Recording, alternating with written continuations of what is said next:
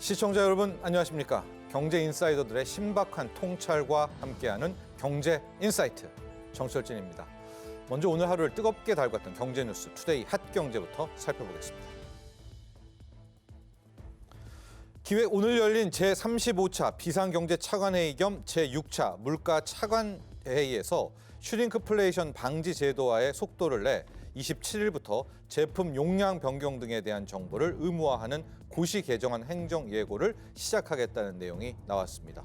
또한 최근 가격이 불안한 과일, 오징어와 연말 연초 가격 조정이 많은 학원비, 여가 서비스 가격 등을 집중 점검하고 필요한 조치를 논의하겠다면서 오징어 수입산 경우 최대 1,000톤을 수매해 신속히 공급하고 냉동, 가공, 과일 등의 수입 확대도 검토하겠다고 전했습니다. 관세청은 영국 관세당국과 체결한 영국과 대한민국 간의 세관 분야에서의 협력 및 상호 행정 지원에 관한 협정이 22일 발효됐다고 밝혔습니다. 협정은 마약 등 위해 물품에 대한 단속, 세관 절차 간소화 및 전산화, 인적 교류 등에서 협력하는 내용을 담고 있습니다. 국토교통부가 30년 이상 된 노후주택은 안전진단을 거치지 않고 바로 재건축 절차에 착수하는 방안을 추진합니다. 국토교통부는 22일 도심 내 원활한 주택 공급을 위해 재개발, 재건축 절차 합리화, 규제 완화 방안을 검토 중이라면서 향후 이를 구체화한 내용을 내년 1월 중에 발표하겠다라고 전했습니다. 지난해 기준 서울에 집을 사려면 월급을 한 푼도 쓰지 않고 15.2년 모아야 가능한 것으로 나타났습니다. 국토교통부가 발표한 2022년 주거실태조사 결과에 따르면 수도권 자가가구의 연소득 대비 주택가격 배수는 9.3배로 2021년 10.1배보다 다소 작아졌습니다. 하지만 서울의 경우 2021년 14.1배에서 지난해 15.2배로 오히려 높아졌습니다.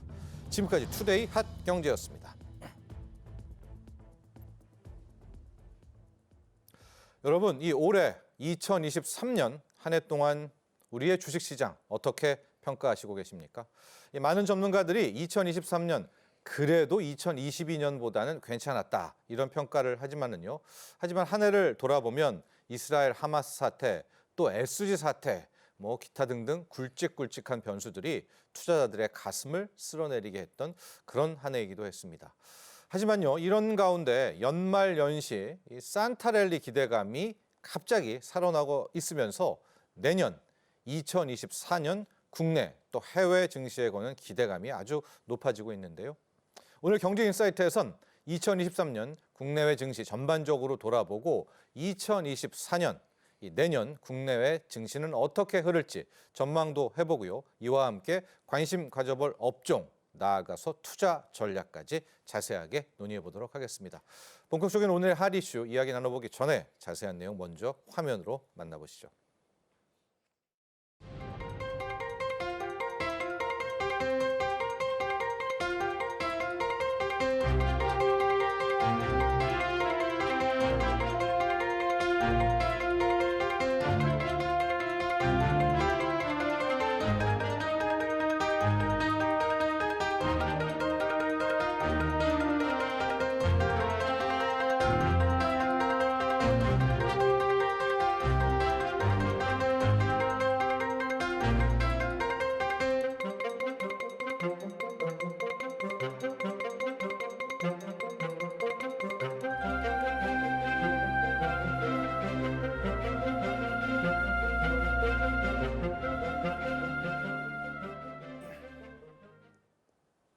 오늘의 경제인사이트 두 분의 시장 전문가와 함께합니다. 이진우 GFM 투자연구소 소장, 송재경 한화자산운용 전무 함께합니다.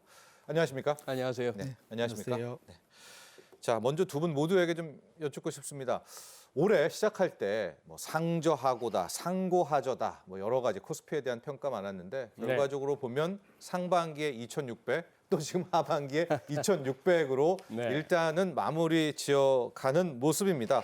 올 한 해 전반적으로 한번 돌아보겠습니다. 사건 사고도 많았죠. 중간에 공매도 금지 사건, 라더견 일당의 작전주 사건, 전반적인 우리 국내 주식시장 총평해 주시죠. 먼저. 예, 제가 먼저 할까요? 네.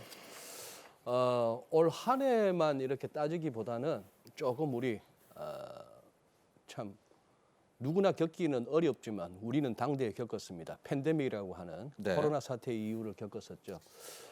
그때 진짜 세상이 멈춰 섰는데도 불구하고 그래서 처음에는 굉장히 놀랐습니다만 주가는 급락을 했죠. 그 이후에 또 우리가 또 경험해보지 못했던 놀라운 또 증시 폭등이 있었습니다. 네. 그거는 제가 봐서는 뭐 또 누구나 인정하다시피 어떤 경제 펀더멘털과는 다소 무관한 유동성 랠리였죠. 예. 각국 중앙은행들은 뭐 연준이 먼저 그렇게 하니까 모두가 울며 겨자 먹기 속으로 따라갈 수밖에 없었지만 초저금리의 완화적 통화 정책, 네. 거기다가 미국 정부가 또 앞장서서 하니까 다른 데도 따라 했습니다만 그야말로 뭐 국가 부채가 늘어나든 정부의 빚이 늘어나는 걸 감수하고라도 각 가정에다가 그야말로 현금을 꽂아줬습니다. 이른바 또 확장적 재정 정책. 네. 그렇게 해서 돈이 넘치니까 그냥 뭐 주가만 올랐습니까? 집값 올랐죠. 네. 코인도 그때 막 올랐죠. 가격이 형성되는 것들은 다 올랐던 2020년. 네. 그 여파가 2021년까지 상반기까지 이어지다가 거기에 대한 어떤 자각이라 할까요? 버블이 터지기 시작하죠. 그리고 돈 풀었으면은 그거는 결국 인플레는 필연적이고요. 네. 예.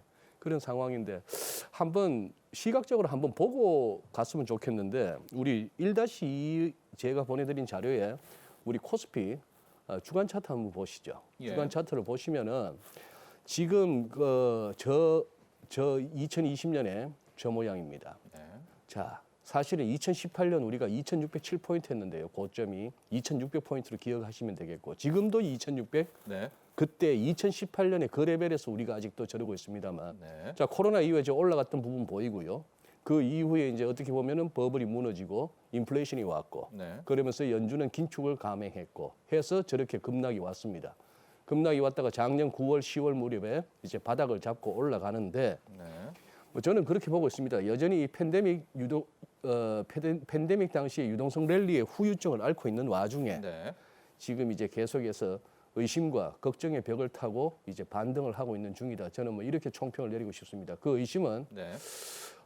이렇게까지 금리가 높은 상황인데 뭐 미 연준은 최근 들어서 갑자기 다시 또 금리 인하 쪽으로 가능성을 내비치긴 했으나 뭔가 조금 이 고금리가 불편한 상황 하에서 여기저기 어떤 경기 침체 우려도 있는 와중에 네. 그냥 이렇게 가도 되는가? 그러나 자꾸만 그렇게 의심하는 이른바 시장 내 고음 세력들이 자꾸 이렇게 항복하게 되는 네. 그런 장으로 해서 의심과 걱정의 벽을 타고 계속해서 좀 올라가는 중 이렇게 총평하겠습니다. 네.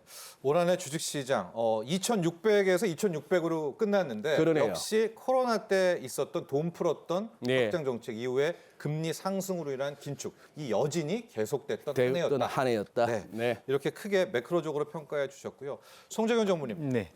전무님 사건 사고별로 좀 이야기 좀 해주시죠. 뭐 2차 전지 스토리도 좀 있었고요. 그렇죠. 중간에 또 공매도 금지라는 또 하나 하반기도 오고 있었고요. 한 해 한번 좀 점검해 주시죠. 예, 전 이제 한마디로 이 질문을 받았을 때 곰곰이 생각해 보다가 연초에는 두려움으로 시작을 해서 맞아요. 네. 예, 네. 여름에는 엄청 뜨거웠고 네. 또 다시 한번 조정을 겪고 음. 안도를 하면서 한 해를 마무리한다. 네. 이렇게 올 한 해가 이제 네. 머릿속에 이제 주마등처럼 싹 이렇게 흘러가는 예. 그런 한 해가 됐었던 것 같습니다.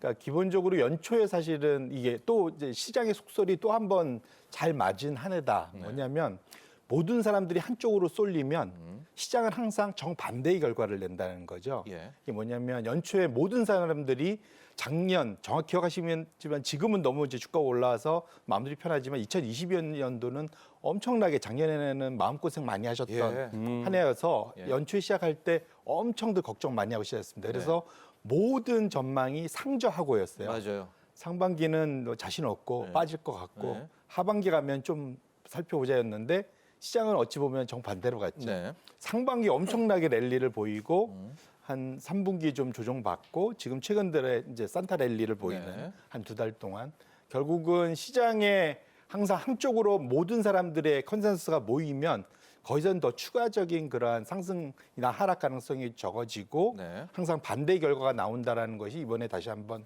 증명이 됐다 네. 보고 있고요. 그다음에 또 시장을 움직이는 힘이 역시 전 세계적으로 미국의 결국 금리, 네. 그다음에 미국 달러의 방향성이 네. 결국은 전 세계 시장 자산 가격을 엄청나게 쥐락펴락한다는 게 네. 다시 한번 입증된. 그래서 사실은 주가가 좋았을 때, 그러니까 3월달에 미국에서 기억하시겠지만 소위 그 SVB 말, 그러니까 그 실리콘밸리 은행의 파산발 시장의 엄청난 걱정과 네. 단기 유동성을 풀어주면서 오히려 다시 폭등을 하고 네.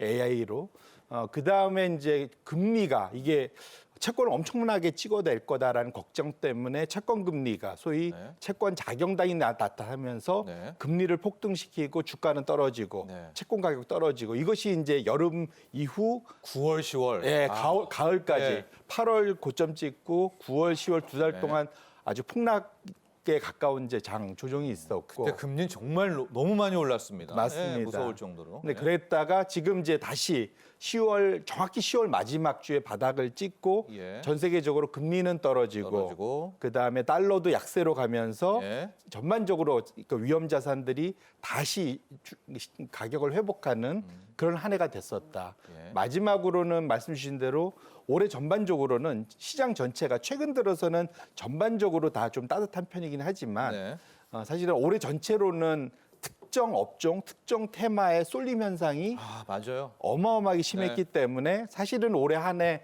시장을 이기기가 참 어려운. 그러니까 주가 지수는 많이 올라갔는데 내 잔고는 생각보다 그만큼 못 올라간. 네. 그래서 안도로 끝나긴 했지만 조금 아쉬운 네. 그런 한 해로 마무리가 된 것 같다 이렇게 말씀드립니다. 정말 미국은 AI, 우리는 2차 전지. 없으면 정말 아무것도 아니었던 그런 한 해였었고 2차 전지를 또 갖고 있다고 하더라도 이게 변동성이 마지막에 커지면서 더 어려운 또 그런 한 해가 아니었나 이렇게 보고 있습니다. 특히 앞서도 얘기했지만 우리 하반기 같은 경우에는 또 공매도 금지가 나오면서 한 번 더 주가를 끌어올리는 그런 이슈도 존재했다는 말씀 드리고요. 송재윤 전문의 이제 바로 본론으로 들어가 보도록 하겠습니다. 내년 전망을 그냥 한번 바로 단도직입적으로 내년 시장 어떻게 보고 계세요? 지금 사실 우리나라는 좀 빨라서 10월 말 11월 초에 내년도 전망이 다 났습니다. 네. 국내 증권사들에서 외국계 증권사들은 그거보다는 좀 늦어서 11월 하순부터 최근 들어서 이제 그 글로벌 IB들이 다 네. 내년도 전망들을 발표를 했거든요. 네. 적어도 미국 시장을 추정하는 분들은 다들 지금 일종의 패닉입니다. 왜냐하면 연말 내년도 전망치를 다 지금 이미 S&P 500이나 나스닥이 다 맞아요. 돌파해 버렸거든요. 10월 말에 나온 것들은 다 이제 소용 없어졌습니다. 예, 이미 그걸 그러니까 내년도 걸 다 땡겨와서 지금 예. 주가가 다 올랐습니다. 우리나라도 사실은 평균적으로는 2,700 중반대를 목표로 하고 있는데 이미 지금 2,600대라서 네. 상승 여력이 한 5% 남짓? 얼마 안 남았어요. 지금 미리 다 땡겨와갖고 사실은 전망이란 게 좀 무의미해지는 네. 지금 엄밀히만 말씀 주신 대로 지금부터 다시 요 이 땅에서 전망을 해야 되는 네. 그런 상황으로 오게 됐는데 지금 저기 전문님은 나오네요. 어떻게 바라보십니까? 밴드까지도 함께 얘기해 주시죠. 전문님의 밴드. 오히려 그래서 지금 저는 오히려 좀 폭을 좀 좁혀야 될 것 같고요. 네. 저는 한 2,300에서 2,700대 그 사이 레인지 안에서 생각보다 내년도는 아주 엄청나게 강한 장이 펼쳐지기는 지금은 오히려 좀 쉽지 않을 수도 있겠다. 다만 예. 거기에 이제 다 변수가 있습니다. 네. 연준이 시장에 기대한 대로 정말로 다시 한번 강한 양적 완화 네.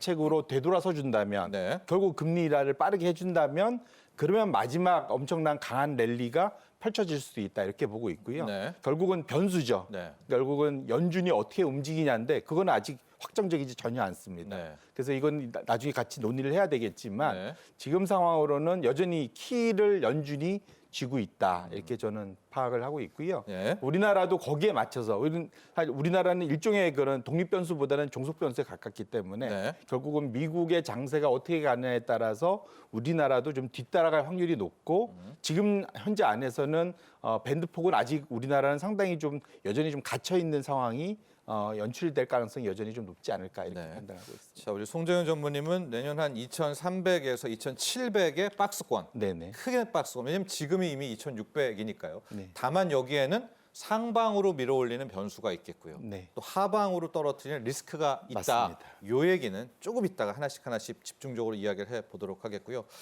자, 이진우 소장님, 예. 내년 전망 우리 바로 들어가야 될 텐데 네. 밴드도 한번 잡아주시면 좋을 것 같고요. 네. 흐름, 뭐 상저하고라든가 아니면은 뭐 상반기, 하반기 나눠서 한번 내년 시장 한번 바라볼까요? 제가 뭐 상저하고라 한들, 상고하저라 한들, 네. 상고하고라 한들 네. 우리 시청자 여러분께서 신뢰 안 하실 겁니다. 왜죠? 매번 틀리니까요.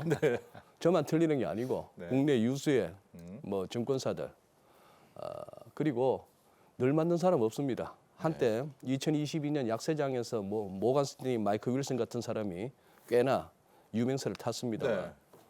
그 친구는 뭐 금년에는 계속해서 뭐 JP 모건의 또 유명한 전략가 마르코 콜라노비치 같은 선수도 뭐 롱 하다가 작년부터는 계속해서 이렇게 숏 했는데 이 장에서 그냥 이렇게 계속 이제 틀린 상황이 됐죠. 어떨 때는 맞을 때가 있고 틀릴 때가 있고 합니다만 뭐 상고하저 상저하고보다는 저는 짧게 네. 일단은 1월 말까지는 시간 벌었습니다. 무슨 말씀인가 하면은 다음 FMC가 1월 말일인데요. 1월 30일인데 뭐 11월 FMC와 12월 FMC 그뿐만 아니라 곧 한 6 내지 7주의 텀뿐만 아니라 뭐 채 보름도 안 되는 네. 12월 초에 했던 말이 순식간에 달라지는 연준인데요. 네. 그래도 또 말이 또 바뀌려면은 다음 FMC 때 가서나 바뀔 텐데 네. 지금 12월 FMC에서 우리 마치 뭐 더 이상의 긴축은 없는 것 같고 이런 식으로 했던 부분에 대한 시장의 기대감은 뭐 1월 말까지는 통할 수 있을 것 같고요. 네. 또 해바뀌면 왠지 또 뭔가 좀 기관 투자들도 그렇고 연기금도 그렇고 뭐 좀 해야 될 것 같지 않습니까? 이래야죠. 일해야 되는데 일하는데 뭐 팔고부터 시작하겠습니다. 네. 일단 사고 시작하겠죠. 네, 그런 상황인데 조금 오늘 어떻게 마침 제가 좋아하는 또 송전무님하고 같이 방송을 하게 됐는데 네. 시청자 여러분께서는 재미가 없으시겠습니다. 한쪽에서는 막 이거 갑니다, 가즈아 하는 분이 계시고 네. 조심하셔야 됩니다. 이거 안 좋습니다, 쎄합니다 하는 사람이 있고 이래야 이제 재밌는 토론이 되는데 네. 기본적으로 제가 송전무님이나 저나 이렇게 시장 보는 뷰나 아. 그 툴이 비슷해요. 예. 일단은 거시적인 측면에서 가장 탑다운식으로 보니까 네. 이 위에 거시적인 변수가 어떻게 변하는가 하는 거고 그다음 뭐 종목과 업종 테마가 어떻게 갈지는 이거는 정책진께서는 아시겠어요. 내일 무슨 테마가 날아갈지 아시겠어요. 예. 그거는 저 리딩방 선수들이 작전하는 세력들이 만들어가는 부분이니까요. 네. 그런 상황인데 저 또한 지금은 그렇습니다. 이 매물대의 소화인데 뭐 준비한 차트니까 먼저 한번 보고 이렇게 우리 시청자 여러분들의 한번 공감을 한번 끄집어내 보겠습니다. 네. 제일 중요한 삼성전자 차트 한번 보시죠. 삼성전자 차트 보시면은 저게 한 4만 5천 원 하던 게 9만 6천 원까지 갔으니까 저 무거운 주식 대형주가 따블이 났었습니다. 네. 2021년에요. 저때 우리가 뭐랬죠? 이 유튜브 저 유튜브 바라보면서 10만 전자, 13만 전자 간다고 다들 흥분하면서 네. 마치 무슨 코인 같은 저런 기울기를 만들었습니다. 삼성전자의 주가가. 그 후유증은 마찬가지죠. 우리가 많이 봤던 무슨 게임주나 무슨 뭡니까? 뭐 메타버스니 뭐니 하면서 한 차례 지나갔던 네. 그것과 별 차이 없이 저런 식으로 갔던 게 진짜 무너졌고요. 그다음에 이제 돌아서고 있습니다. 지금 볼 수 있는 거는 얼추 우리가 한 8만 원 근처까지는 기대해 볼 수 있겠다 하는 것이고요. 저 차트가 거의 코스피 200 차트입니다. 예, 그렇습니다. 예, 예. 어떻게 보면 저것이 코스피 차트라고 볼 수 예. 있겠고요. 그 다음 슬라이드도 한번 보시죠. 그 다음 슬라이드도 보시면은 삼성전자 다음에 1-4도 한번 띄워보시죠. 네. 자, 뭐 카카오, 위메이드 다 아실 만한 주가를 가져왔습니다. 네. 2019년 1월 초부터 해서 즉 2019년부터 해서 쭉 왔는데요. 저걸 보면 무슨 생각이 듭니까? 자, 이제 더 밀리기는 어렵겠으나 네. 올라가는 데 있어서 상당히 버겁겠다 하는 생각은 들죠. 네. 또 어떻게 보면 이제 또 돌아섰으니까 또 상승 탄력이 강할 수도 있겠다 하는 생각도 들고요. 네. 뭐 두 가지 생각이 이제 교차하고 있습니다만 지금 드리고 싶은 말씀은 그겁니다. 그 다음 슬라이드까지도 하나 보고 가시죠. 네. 에코프로입니다. 이른바 2차 전지의 대장주죠. 예. 자, 저기서 누가 벌었을까요?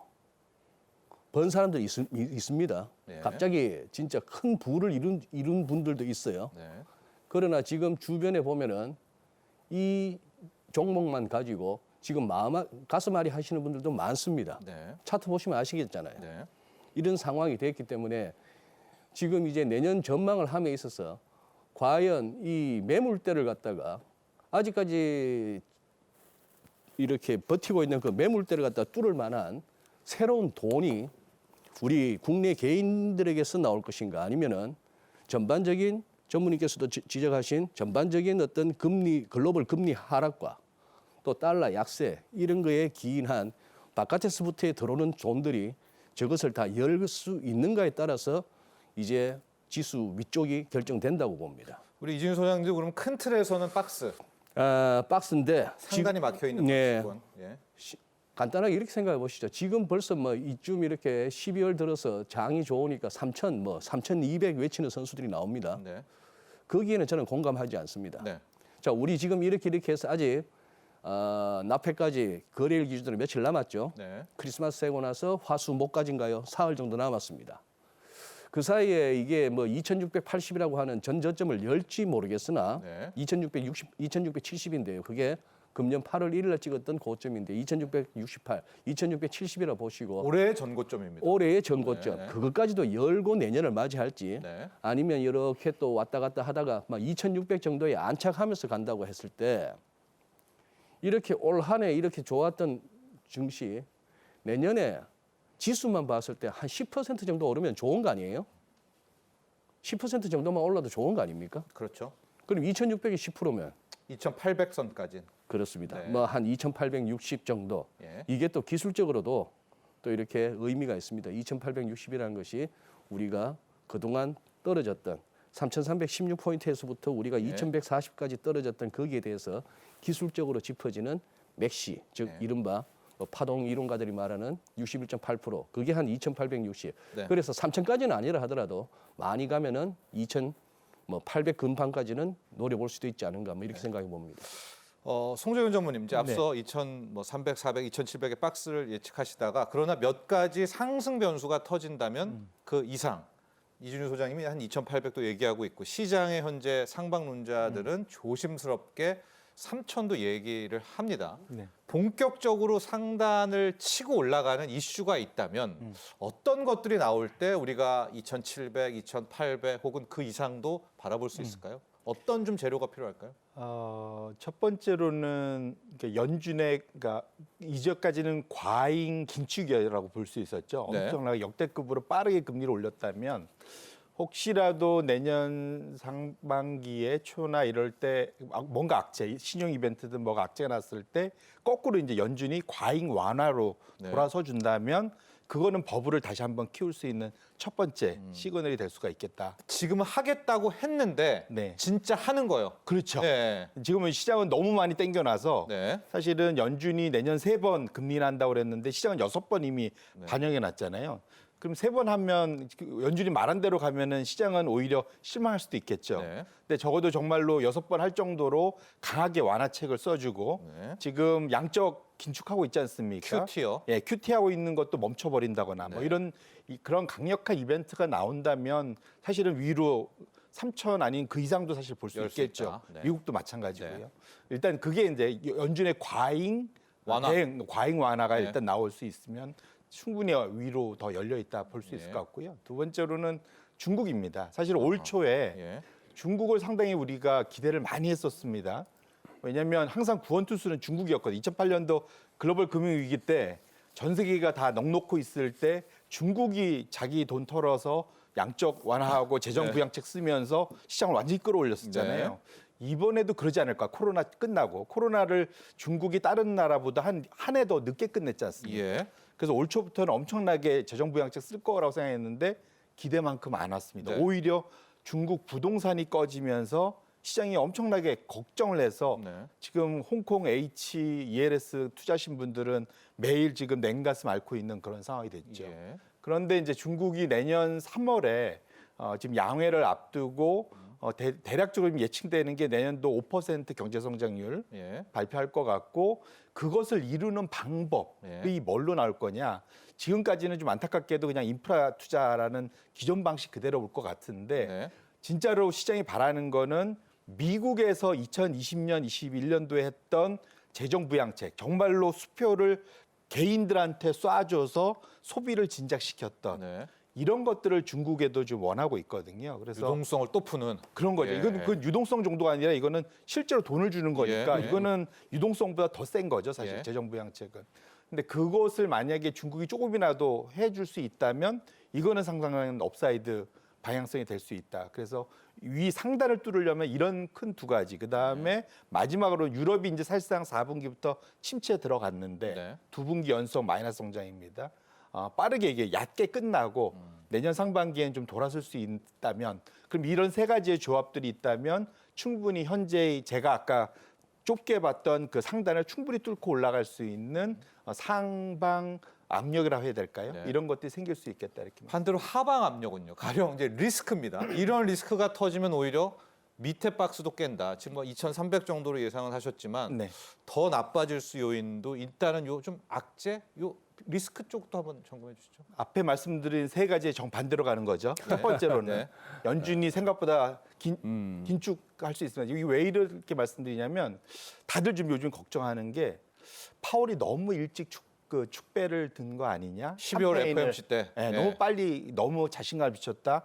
만에 하나 저러다가 물가가 지금 튈 수 있는 요소들은 여전히 좀 남아 있거든요. 네. 그래서 물가가 다시 튀어갖고 연준이 어쩔 수 없이 금리를 다시 끌어올린다면 네. 그러면 이제 연준의 신뢰도가 급락하게 됩니다. 네. 상당히 그 이제 위험한 거고 지금 뭐 그 서머스나 네. 빌 더들리나 이런 분들이 지금 그러니까 기존에 다 재무부 장관 하셨고 연준 의장 하셨던 은행 총재하셨던 분들이 하나같이 걱정하는 거예요. 이게 네. 연준이 너무 한쪽 방향으로 가는 거 아니야? 걱정스럽다. 네. 너무 빨리 지금 시장에다가 그 소위 설탕을 좀 뿌린 것 같다 네. 이런 걱정을 하고 있거든요. 그래서 이것이 일단 첫 번째 걱정. 네. 그리고 중국이 아까 말씀드린 대로 그런 기대는 했지만 시진핑은 생각보다 분수에 맞게 살아라라는 표현을 하거든요. 네. 결국은 소비를 진작하는 거에 그렇게 세게 안 나올 가능성이 사실 여전히 더 높습니다. 네. 그래서 제가 지금 그 소위 그 밴드를 낮게 본 네, 거고요. 네. 마지막으로는 유럽 걱정인데 네. 유럽이 사실은 지금 생각보다 좀 안 좋은 상태에서 ECB가 오히려 연준보다 더 세게 나오고 있잖아요. 네. 예, 이것이 혹시라도 조금 더 진행이 된다면 유럽의 침체가 생각보다 깊고 오래 갈 수가 있다라는 거죠. 네. 그러면 미국 혼자 나홀로 강세를 한들 전 세계적으로는 중국도 둔화된 상태에서 유럽 침체가 겹치면 미국 혼자 강세로 이걸 다 커버할 수 있겠느냐. 네. 이런 것들이 결국은 시장에 상당한 악재로 작용할 수 있다. 마지막으로는 지금 걱정하는 게 저는 이제 파나마 운하가 지금 반토막이 난 상태에서 물류가 가뭄 때문에 지금 그쵸, 예, 반토막이 작동을 못 났죠. 하고 있습니다. 그 상태에서 수에즈도 지금 후티 반군 때문에 모든 지금 물류가 지금 다 아프리카로 돌아가는 홍해를 막고 있죠. 예, 지금 네. 물류 대란 우리가 코로나 때 물류 대란 한번 겪었잖아요. 예. 전 세계적으로 이것이 재현되지 않을까 걱정. 이것이 내년 초에 큰 악재로 작용할 수 있다. 네. 이런 리스크 요인이 남아 있다 말씀드립니다. 이준 소장님, 예. 올해 실은 경기 침체 온다 했는데 예. 안 왔고요. 예. 내년에 금리 인하에 대한 이야기가 지금 나오는 것도 네. 경기가 나빠지니까 금리 인하를 하는 거잖아요. 예. 그런데 경기가 또 안 나빠지면 금리 인하를 안 할 테니까 이건 또 소위 말하는 우리가 생각하는 호재도 아닌 것 같고요. 경기 침체라는 화두를 좀 놓고 보면 이것과 주식 시장은 어떤 연관관계가 좀 있을까요? 네. 우리 기업 하시는 분들도 그렇고 우리 일반 투자자분들도 체감하는 경기는 좋지는 않죠. 네. 예. 그런 가운데에 지표는 그럭저럭 또 나쁘지 않습니다. 네. 뭐 성장률 그럭저럭 나오고요. 무슨 개인 소비들도 다 좋고 우리 무역 수지도 돌았습니다. 돌았습니다. 예, 예. 어쨌거나 예, 플러스로. 예. 그런 네. 상황이고 인플레는 확실히 잡히고 있는 듯한 모습이고요. 네.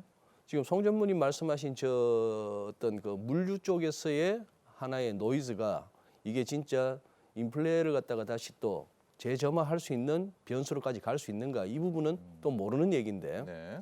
이건 또 어떻게 보면 지정학적 위기이기도 하고요. 네.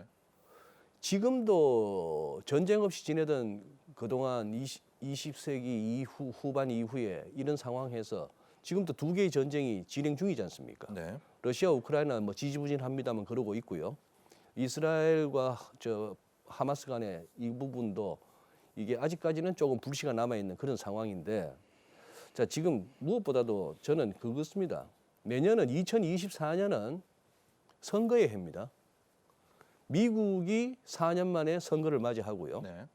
거기다가 지금 현직 대통령이 한 53%, 54% 취임 직후에 지지율이 뭐 33, 4%까지 떨어졌으니 이건 비상이죠. 네. 지금 분위기로 봐서는 바이든 현 대통령은 계속 나오겠다는 거 아닙니까? 네. 그런 상황이라면은 뭐라도 할 수 있죠. 이런 선거를 앞두고 있는 네. 상황에서 집권 쪽에서는 자, 뭘 못하겠습니까? 뭘 못하겠습니까? 네. 네. 뭘 못하겠으니 FOMC 일주일 전에 바이든 대통령으로서는 처음으로 이제 금리 더 올리면 안 되겠다 소리를 갖다가 공개적으로 해버렸어요. 예. 고용지표 나온 거 보고 네. 고용지표 좋게 나왔는데도 네. 불구하고 그런 식입니다. 자, 우리도 내년에 총선이 있습니다. 네. 자, 지금 뭐 우리가 그래서 총선 전과 후가 시장 양상이 달라질 수가 있고요. 아. 미국은 과연 내년 11월 선거인데 이런 식의 랠리를 내년 11월까지 계속 끌고 갈 수 있을까도 의문이고요. 예. 그다음에 또 하나 드리고 싶은 말씀이 이런 데 나와서 하는 모범 답안은 그겁니다. 실적이 지금 실적이라는 것이 꿈과 스토리를 갖다 정당화할 수 있느냐. 네. 이게 정답인데 지금은 그런 모범 답안으로 얘기해서는 안 될 것 같습니다. 실적하고 상관없는 장이 됐으니까요. 네. 실적 좋다고 주가 올랐나요? 실적이 악화되고 있다고 해서 주가가 빠지나요? 네. 지금은 그냥 수급입니다. 네. 우리 국내도 마찬가지고 한데 이거는 국내뿐만 아니라 미국도 마찬가지였죠. 우리 이제 지나간 얘기입니다만 게임스탑 같은 밈 주식 현상이 네. 이게 팬데믹이 몰고 온 변화고 유튜브를 중심으로 한 SNS의 전성시대가 만들어낸 새로운 현상이에요. 네. 완전 이 자본시장 특히 이제 이 증시 같은 이런 쪽에서의 먹이 사슬이 완전히 깨졌습니다. 네. 옛날에 늘 나왔던 얘기가 큰 손들이 기관, 해치펀드 이런 쪽이 개인 리테일 부분, 개인들을 상대로 해서 누구나 벌지는 못합니다 이곳에서. 네. 그랬는데 가끔씩 그 큰 손들이 이제 당하는 장이 왔잖아요. 네. 우리 국내 2차 전지 열풍에서도 우리가 공매도 세력들이 호되게 당하는 걸 봤습니다. 네. 이런 상황이기 때문에 실적을 가지고 내년에 뭐 어디가 좋아진다 나빠진다는 한 접근은 뭐 저는 당분간은 뭐 그걸로 주가가 움직인다고 보지 않고요. 네. 지금 이 상황이 결국 내년에도 계속해서 이 수급 개인들이 지금 한 60% 70% 정도를 차지하는 전체 거래 비중에 네. 여기서 이 구도의 변화가 없다면 내년에도 쉽게 전망하기 힘든 과거의 어떤 투자 경험으로 전망하기 힘든 장세가 이어진다고 봅니다. 정리를 좀 하면은요. 진짜 경기 침체가 오든 혹은 경기 침체가 오지 않든 그게 중요한 것보다 이것을 하나의 빌미로 얼마나 많은 수급과 경기 부양책을 네. 펼치느냐. 네. 이게 실은 더 중요하다. 그렇습니다. 완전히 좀 본말이 전도된 느낌인데 예. 실은 그래도 이게 더 중요하다라는 또 그런 조언을 해주셨습니다. 자, 이렇게 좀 전망 부분 정리를 해보고요. 올해는 업종으로 좀 들어가 본다면 미국에서는 인공지능 AI, 우리는 2차 전지, 로봇 이런 업종들이 두각을 나타냈던 한 해였죠. 자, 모두가 다 미래 산업을 이끌어갈 최첨단 분야인데요. 자, 2024년은 또 어떻게 될까요? 이런 업종들이 또 한 번 가게 될까요? 아니면 다른 또 주도 업종이 나오게 될까요? 자, 2024년 증시 새롭게 주도 업종으로 등극할 업종 또 살펴보고요. 투자 전략은 어떻게 세워야 할지 준비된 영상 보고 난 뒤 이야기 계속 이어가겠습니다.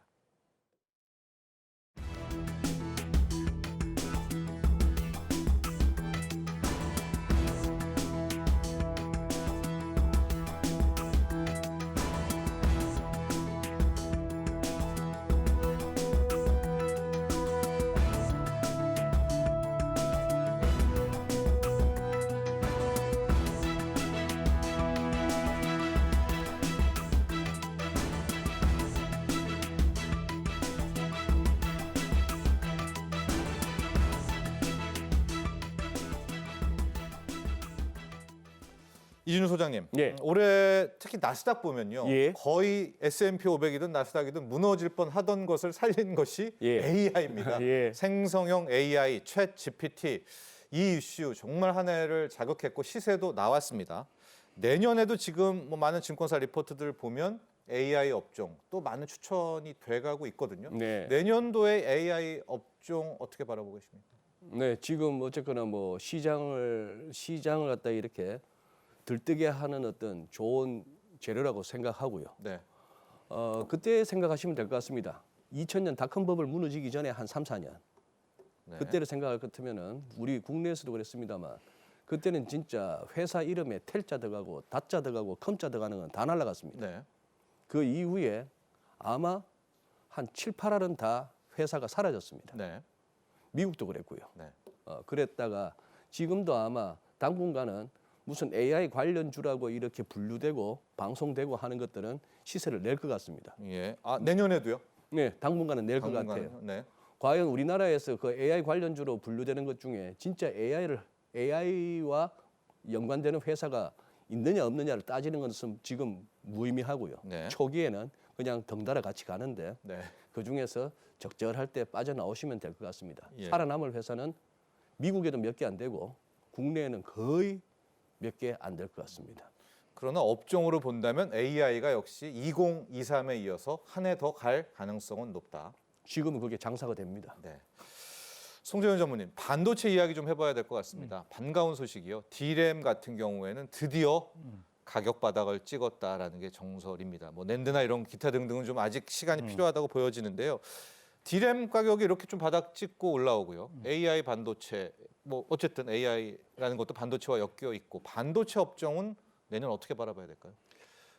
정말로 이제 말씀 주신 대로 다행이고 11월 달, 12월 수출 증가세의 가장 큰 게 반도체 업종이죠. 확 기여도가. 돌아서더라고요. 예. 네, 11월부터. 확실히 소위 공급 조절을 통한 재고를 관리한 것이 이제 효과를 보기 시작한다. 예.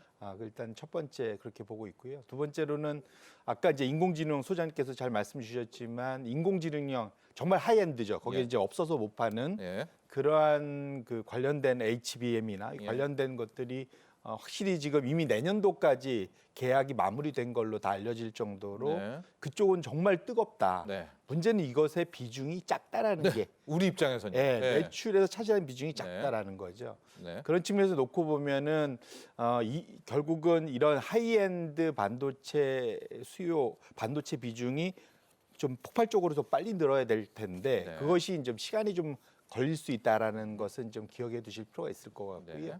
사실은 엔비디아도 어찌 보면 반도체 업종의 하나겠죠. 네네. 하드웨어가 아니라 이제 그 디자인을 설계. 예. 디자인을 하는 회사라서 그렇지. 근데 지금 엔비디아가 지금 PSR 주당 매출액 대비 현재 주가가 거의 50배 예. 엄청나. 그러니까 이익이 그러니까 PER이 50배가 아니라 PSR이 지금 50배 정도 오래되거든요. 이게 아까 말씀드렸던 닷컴 버블 때 시스코가 당시에 그때 50배 정도의 피크치고 내려온 딱 그 정도까지 네. 왔거든요. 그래서 어찌 보면 약간 기시감이 좀 드는 수준까지 와 있습니다. 예. 그래서 인공지능이 장기적인 테마 또 관련된 반도체도 수요도 장기적인 테마로는 맞는데 네. 그것들을 미래의 그런 그 성장세를 다 끌어당겨서 지금 밸류에이션을 엄청나게 거기에다 반영을 하고 있다는 거 주가에 네. 그것들은 좀 조심할 필요가 있을 것 같고요. 마지막으로 여전히 전 반도체 좋게 보지만 리스크 요인을 하나 꼽자면 지금 하이엔드는 우리가 잘하고 좋은데 네. 레거시 쪽 기존에 저 아래서 뭐 자동차에도 쓰이고 이런 레거시 범용 반도체. 예 반도체 쪽은 지금 중국이 엄청나게 지금 빠르게 쫓아오고 생산을 어마어마하게 하고 있습니다. 예. 결국은 이것 쪽의 가격이 돌아서기가 쉽지 않을 수가 있겠다. 그 사이에는 코로나 때문에 생산을 못 해갖고 사실 그 반도체가 없어갖고 자동차 생산 못하게 이랬잖아요. 네. 오히려 이제 그런 일은 확실히 줄어들 수 있기 때문에 하이엔드는 올라가지만 범용 쪽에서 떨어지는 것들이 믹스가 돼갖고 생각보다는 믹스된 그 매출 증가율이 생각보다는 덜할 수도 있다는 것도 하나의 일단 위험 요인으로 같이 봐주실 필요가 있겠다 이렇게 말씀드립니다. 삼성전자 하이닉스가 뭐 양대 산맥 아니겠습니까? 네. 그런데 최근에 우리의 반도체 수출을 봐도 돌아섰고요. 지금 메모리 반도체 뭐 D램 같은 경우에는 거의 돌아섰다는 평가가 많이 있는데 업종 중에서 그럼 오히려 전통의 강호를 한번 또 관심 있게 봐야 되나요? 반도체 중에서도?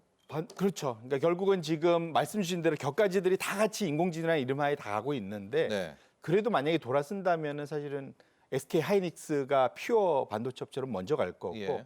이 규모가 어느 정도 더 커지면 그 다음엔 삼성전자가 워낙 사이즈가 크니까 소위 영업 레버리지가 훨씬 더 좋습니다. 네. 그러면 하반기로 가면 오히려 삼성전자가 그 다음부터는 사실은 그러니까 SK 하이닉스로부터 바톤을 옮겨받는 네. 그런 형태로 반도체 주가의 흐름이 나타나지 않을까 이렇게 기대를 하고 있습니다. 네.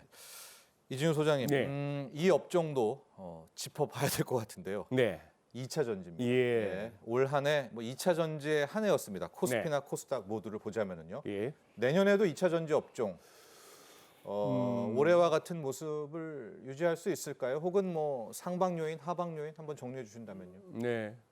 이 또한 뭐 다양한 어떤 그 산업 중에 하나죠. 네. 그리고 이제 장래가 또 성장성이 굉장히 뭐 확보되어 있는 그런 쪽이긴 합니다만 다소 이 부분은 우리가 좀 짚고는 가야 될 것 같습니다.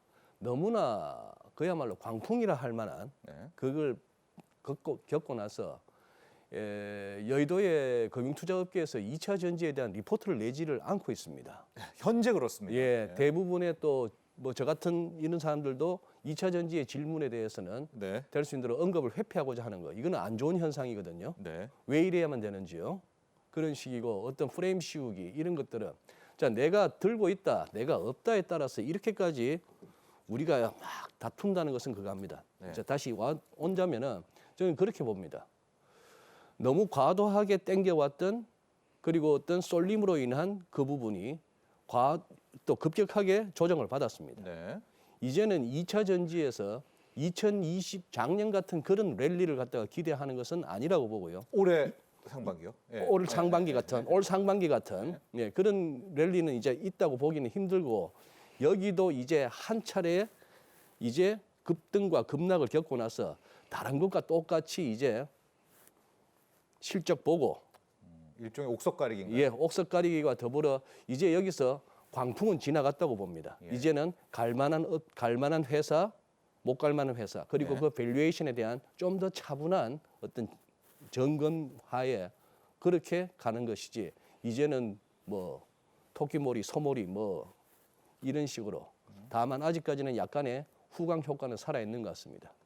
그럼 아까 우리 얘기해 주실 때 이제 내년에 상방 시나리오가 나온다면 네. 뭐 빠르게 긴축 완화도 하고요. 예. 시장적 리스크도 상당 부분 뒤처지게 되고 어떤 선거에 대한 이슈로 경기 부양도 나오고 이런다면 그럼 집중적으로 수혜를 받게 될 업종은 역설적으로 뭐가 될까요? 내년? 좀 소장님이 예, 생각하시는 제가 봐서는 그냥 저는 아직까지도 캐캐묵은 다소 사대주의적인 어떤 패배주의적인 시황이 될 수 있겠습니다만 올 한 해 외국인들이 집중적으로 매수했던 쪽이 어딘가를 갖다가 한번 점검하셨으면 좋겠습니다. 네. 결국은 보니까 그들은 대표적인 주식을 사는 거죠. 네. 우리가 반도체를 얘기하다 보면 요즘 들어서 뭐 HBM도 얘기하고 네. 뭐 DDR5도 얘기하고 CXL도 얘기하고 다양하게 합니다만 네. 그들이 제일 많이 산 것은 결국 삼성전자와 하이닉스예요. 네.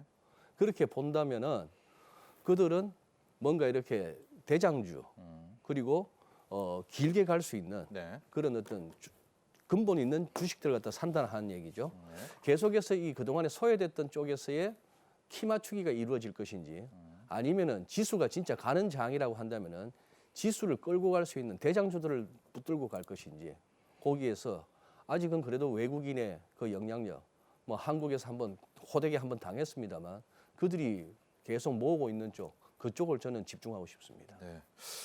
송재윤 전무님, 오히려 이렇게 지금 상방 시나리오가 펼치고 금리도 빠르게 떨어지고 이런다면 제조업 같은 경기 민감주들, 뭐 화학이라든가 뭐 에너지라든가 운송이라든가 자동차 같은 이런 업종이 낫다 이런 평가도 좀 있는데 여기에 대한 질문과 함께 네. 전무님이 생각하시는 내년도의 유망 업종 한번 좀 소개해 주신다면. 말씀 주신 대로 지금 당장 내년 1년을 다 놓고 보기는 어렵고 네. 눈에 보이는 거는 해운 플러스 운송업종은 괜찮을 것 같습니다. 네. 지금 당장 아까 우리가 논의했던 병목 현상이 가뭄이 금방 해결 안 될 네. 거잖아요. 그래서 그런 것들 때문에 당장 지금 전 세계적으로 지금 해운 업체들이 주가가 다시 가파르게 좀 올라가기 시작했습니다. 네. 그건 계속 관심 있게 보셔야 될 필요가 있을 것 같고요. 그쪽은 수혜겠지만 이제 나머지 전반적으로는 물류 대란은 사실은 네, 악재겠죠. 악재겠죠. 그러니까 그걸 같이 그러니까 일종의 밸런스를 맞추실 필요가 있을 것 같고 네. 그다음에 석유화학 쪽은 정유는 뭐 워낙 오랫동안 기었기 때문에 네. 이익이 올라가는 만큼은 주가가 올라갈 수 있을 것 같은데요. 오히려 석유화학 쪽, 예. 즉 플라스틱을 만들 수 있는 에틸렌을 생산하는 쪽은 내년도에 신규 공급 과잉 이슈가 거의 없거든요. 네. 그래서 오. 플라스틱 이슈는 상당히 여전히 지금 플라스틱은 그러니까 자동차는 소위 가솔린에서 2차 전지 쪽으로 예. 전기차로 뭔가 대체가 되는데 네. 플라스틱은 대체할 게 없어요, 여전히. 네. 그러니까 계속 좀 생산해야 되고 예. 공급은 특별히 없고. 더 뭐 확장을 안 하니까요. 예, 이제. 왜냐면 한 25년 보고 투자해야 되는데 네, 네. 안 되니까. 그래서 그쪽은 여전히 관심 있게 보셔야 될 것 같고. 화학 업종이요. 마지막으로 예. 철강도 사실은 최근 들어 철광석 가격이 꾸준히 우상향하고 있습니다. 예. 중국이 수입을 엄청 계속 하고 있거든요. 예. 그 관련된 이제 그러한 수요들이 철광석 가격이 오르면 이게 철강 가격으로 정가를 충분히 시킬 수 있는 상황이기 때문에 되게 올드한 되게 비즈니스긴 하지만 네. 충분히 관심을 이제는 좀 가져실 필요가 분명히 있겠다. 네. 이렇게 말씀을 드립니다. 전무님이 좀 추천이라는 표현보다는 밀고 있는 업종 그리고 그 업종과 함께 내년 투자 전략도 아예 마지막으로 정리를 또 해볼까요? 그러니까 결국은 내년도 전 투자 전략이라는 게 지금 정확히 상저하고 그다음에 상고하저 N자형 뭐 거의 박스권. 예, 그래서 지금 거의 세 부류로 예. 아주 경합을 하고 있습니다. 네. 네. 저는 어떻게 생각하냐면 내년도 장을 안 보인다는 거거든요. 네. 다 자신이 없다는 겁니다. 예. 그러면 기본적으로 지금의 투자 전략은 너무 한쪽으로 자신감을 갖고 몰빵으로 가면 안 배팅하지 된다. 마라. 예. 예. 그래서 일정 부분 계속 현금 보유를 가져가면서 예. 자신의 포트폴리오를 유연하게 가져갈 필요가 있다는 게 첫 번째고요. 거기에 맞춰서 오히려 내년도로 갈수록 지금 기대는 뭐 연착륙이 엄청나게 좋은 소식들이 있긴 하겠지만 네. 정반대로 갈 수 있는 가능성도 여전히 커서 저는 계속 좀 포트폴리오에서 오히려 저는 많이 못 올랐던 필수 소비재 쪽이나 필수 소비. 예, 오히려 그런 쪽에 많이 못 올랐는데 계속 캐시를 잘 생산하는 예. 결국은 그 소위 말하는 현금 흐름이 좋은 기업들, 고퀄러티, 부채가 적은 뭐 이런 쪽으로 계속 저는 포트폴리오를 유지하시는 게 내년도를 대응하는 좋은 방법이지 않을까 이렇게 말씀드립니다. 알겠습니다. 자, 이준용 소장님. 네. 내년 투자 전략입니다. 네. 지금 여기를 무슨 뭐 단타 데이 트레이딩에 능하신 분들이 우리 KTV를 갖다가 시청하신다고는 보지 않습니다. 네. 우리 일반 개인 투자자분들에게 드리고 싶은 말씀. 네. 주변에서 단기간에 2배, 5배, 10배짜리 주식으로 내가 뭐 이런 얘기에 현혹되지 마시고요. 그거는 그럴 수도 있지만 순식간에 반토막 나서 몇 년을 갖다가 고생할 수도 있는 것이 그쪽입니다. 네. 테마주 따라가는 것도 일반 개인 투자자들에게는 힘듭니다. 저는 좋은 주식, 돈 버는 영업이익, 단기 순이익이 나오는 회사, 네. 그리고 우리나라에서 그 분야의 1등 기업이라고 할 만한 것들을 붙들고 그냥 가는 것이 맞다고 봅니다. 그리고 네. 막 달리고 있는 거 쫓아가지 마십시오. 차라리 많이 빠진 걸 갖다가 눈 질끈 감고 사서 몇 달 내지 몇 년을 기다려 보시죠. 그게 더 나을 것 같습니다. 올해는 그렇지 않았지만 2024년 같은 경우에는 정말 실적에 따른 주가, 네. 실적이 내는 기업이 빛을 한번 발할 것이다. 아무거나 달리가는 장은 이제는 올해가 전부였다. 금년까지였던 것 같습니다. 네. 갈 만한 놈이 갈 겁니다. 이제는 예. 네. 알겠습니다. 자, 오늘 함께해 주신 두 분의 전문가님 감사합니다. 감사합니다. 네, 경제인사이트 오늘 준비한 소식은 여기까지입니다. 여러분 최근 들어서요 금, 은 이런 안전자산 투자에 대한 관심이 높아지고 있다고 하죠. 이뿐만이 아닙니다. 전통적인 안전자산은 아니지만 비트코인도요 올해 상승폭을 키우면서 하나의 재테크 수단으로 자리를 잡고 있다고 하는데 자, 다음 이 시간 경제인사이트에서는 금, 은과 같은 전통적 안전자산의 투자 현상 또 향후의 전망까지 또 앞으로 투자의 유의사항 집중적으로 살펴보도록 하겠습니다. 자, 오늘도 함께해 주신 시청자 여러분 감사합니다.